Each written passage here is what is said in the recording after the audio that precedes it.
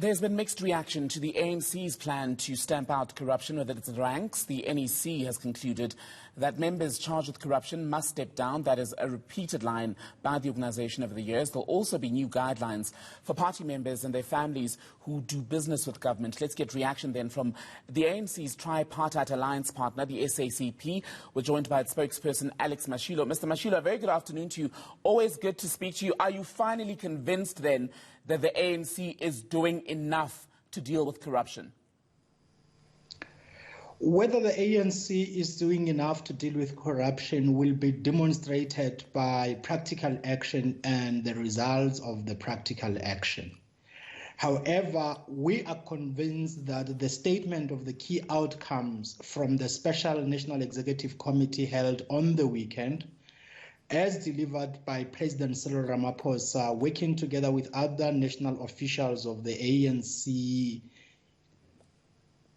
yesterday, points to a correct direction. What we need is implementation. As you have said, the decision that those who are facing serious corruption charges and charges of criminality in the courts should step aside is not new. Former president of the ANC forgot to mention that this was adopted as a resolution in 2012 by the 53rd National Conference of the ANC and was not implemented under his leadership. The correctness of that decision was reaffirmed in December 2017 by the 54th National Conference of the ANC held in Nazareth, Johannesburg.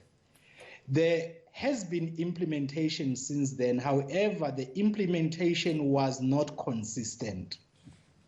What we expect following this Special National Executive Committee is that everybody who is facing charges of corruption and criminality in the courts and at all spheres of the government must step aside until the court proceedings have been concluded. When that happens, we will say we are marching in the right direction. There's still the view as we sit here this afternoon that what the ANC leadership presented yesterday is still pretty much lip service, because much of the action that it says it will take against members who are accused and convicted of corruption is still very heavily dependent on internal dynamics, aka the factional lines in the organization. Do you agree? Everything that takes place in society depends on the dynamics going on in society. And organizations existing in society are a microcosm of broader societal developments.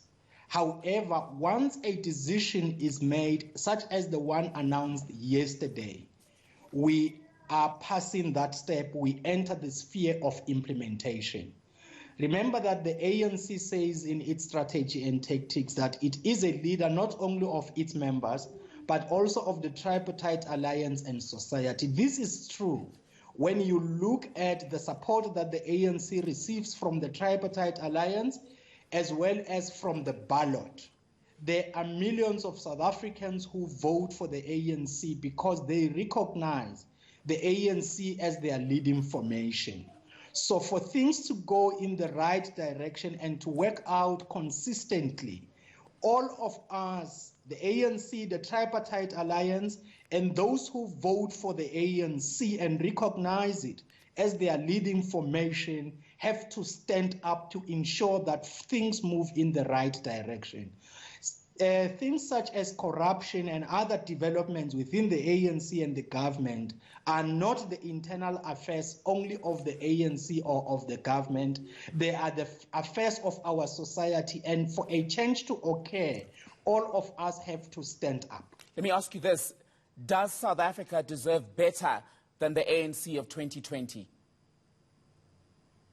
Of course, there is always room for improvement. If you say that I do not have any room for improvement. It means that we have reached a ceiling. It means that we cannot be better. That is why the ANC has an organizational renewal process. It is having that process because it seeks to develop itself to reaching greater heights. I think you're dodging my question, Mr. Mashilo, not to cut you off, but my question was quite direct. Does South Africa deserve better than the current ANC? Yes or no? No. My answer is also quite direct. You know that the ANC has an organizational renewal process.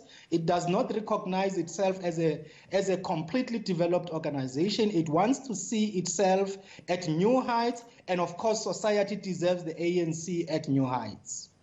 Alex Mashilo, quick one then. President Cyril Ramaphosa yesterday choosing not to address that letter written to him, a scathing letter from the former president, Jacob Zuma, who basically slammed Ramaphosa's approach to dealing with issues of corruption. He's also slammed him for the issue of the CR17 campaign funding.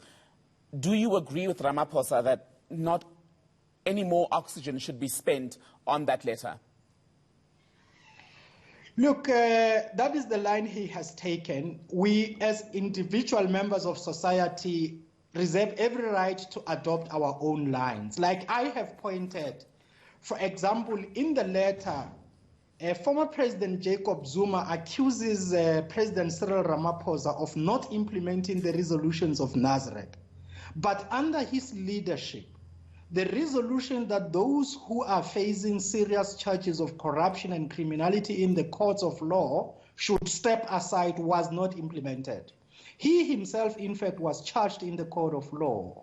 So what we need are consistent leaders, what we need are frank leaders, what we need are honest leaders. Leaders who do not point fingers at others, but are able to assess themselves objectively in a way that society will also accept and say this assessment is actually correct. But the letter written by former President Jacob Zuma is full of inaccuracies, and the president was right to say that it was produced at a time when there was an orchestrated attack against President Cyril Ramaphosa. Alex Mashilo, spokesperson for the South African Communist Party, thank you for your time as always.